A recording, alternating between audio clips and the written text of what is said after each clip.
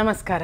ಕಗ್ಗ ಮಾರ್ಗದಲ್ಲಿ ಮುಂದುವರಿತಾ ಇವತ್ತಿನ ಕಗ್ಗ ಕವಿ ಚಿತ್ರ ಕೋವಿದನು ಪರತತ್ವ ಶೋಧಕನು ವಿವಿಧ ವಾದನ ಗೀತ ನೃತ್ಯ ಕುಶಲಿಗಳು ನವನವತೆಯಿಂ ಮನಸ್ಸಿಗೀವೆಲ್ಲ ಕಲೆಗಾರರ್ ಅವರಿಂದ ಸುಂದರತೆ ಮಂಕುತಿಮ್ಮ. 472ನೇ ಕಗ್ಗ ಇದು.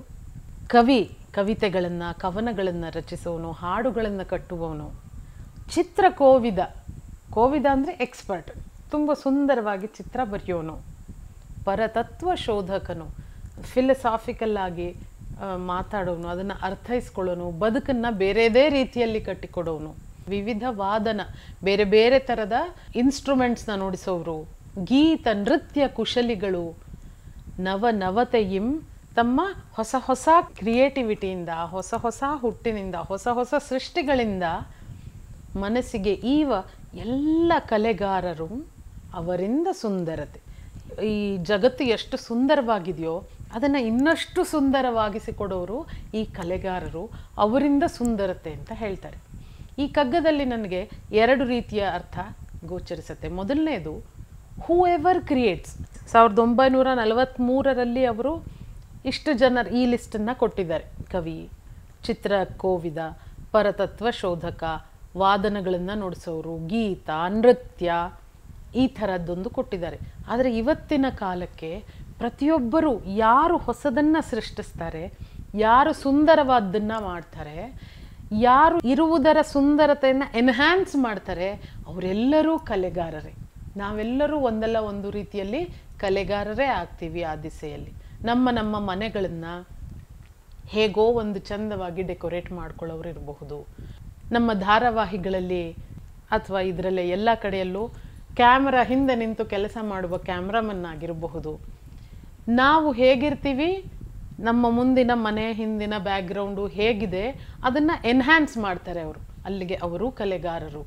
ಯಾರು ಹೊಸದನ್ನು ಸೃಷ್ಟಿ ಮಾಡ್ತಾರೆ, ಯಾರು ಸೌಂದರ್ಯವನ್ನು ಇಮ್ಮಡಿಗೊಳಿಸ್ತಾರೆ, ಅವರೆಲ್ಲರೂ ಕಲೆಗಾರರೇ ಆದರು. ಅಲ್ಲಿಗೆ ನಾವೆಲ್ಲರೂ ಕಲೆಗಾರರು. ನಮ್ಮಿಂದ ಜಗತ್ತು ಸುಂದರವಾಗಿದೆ ಅಂತ ನಮ್ಮ ಬೆನ್ನನ್ನು ನಾವು ಆನಂದದಿಂದ ತಟ್ಟಿಕೊಳ್ಳಬಹುದು. 2ನೇದು ನನಗನ್ಸೋದು, ನಮಗೆಲ್ಲರಿಗೂ ಒಂದು ಹವ್ಯಾಸ ಅತ್ಯಂತ ಮುಖ್ಯವಾಗುತ್ತೆ ಅಂತ. ಯಾವ ಹವ್ಯಾಸದಿಂದ ಕೇವಲ ಮನಸ್ಸಿನ ಆನಂದ ಒಂದೇ ಉದ್ದೇಶ ಆಗಿರುತ್ತೆ, ಆಗ ನಾವು ಅದರ ಸೃಷ್ಟಿಯಲ್ಲಿ ಹವ್ಯಾಸವಾಗಿ ಏನಂತ ತಗೊಳ್ತೀವೋ, ಅದು ಚಿತ್ರ ಇರಬಹುದು, ಕವನ ಬರೆಯೋದಿರ್ಬೋದು, ಬರವಣಿಗೆ ಇರಬಹುದು, ವಾದನ ನುಡಿಸುವುದಾಗಿರಬಹುದು, ಗೀತ ನೃತ್ಯ ಆಗಿರಬಹುದು, ಅಲ್ಲಿ ನಮಗೆ ಯಾವ ರಿಟರ್ನ್ಸೂ ಇಲ್ಲದೆ, ಯಾರೂ ನಮಗೆ ಅದನ್ನು ಮಾಡಿದ್ದಕ್ಕೆ ಸಂಬಳ ಕೊಡದೇ ಇದ್ದಾಗ, ಅದು ಪ್ರವೃತ್ತಿಯಾಗಿ ಇದ್ದಾಗ, ಒಂದು ಹವ್ಯಾಸವಾಗಿ ಇದ್ದಾಗ, ಅದು ಕೊಡುವಂತಹ ತನ್ಮಯತೆ ಇದೆಯಲ್ಲ, ಆ ಸೌಂದರ್ಯ, ಅದು ಬದುಕನ್ನು ಹೆಚ್ಚು ಸುಂದರಗೊಳಿಸ್ತಾ ಹೋಗುತ್ತೆ.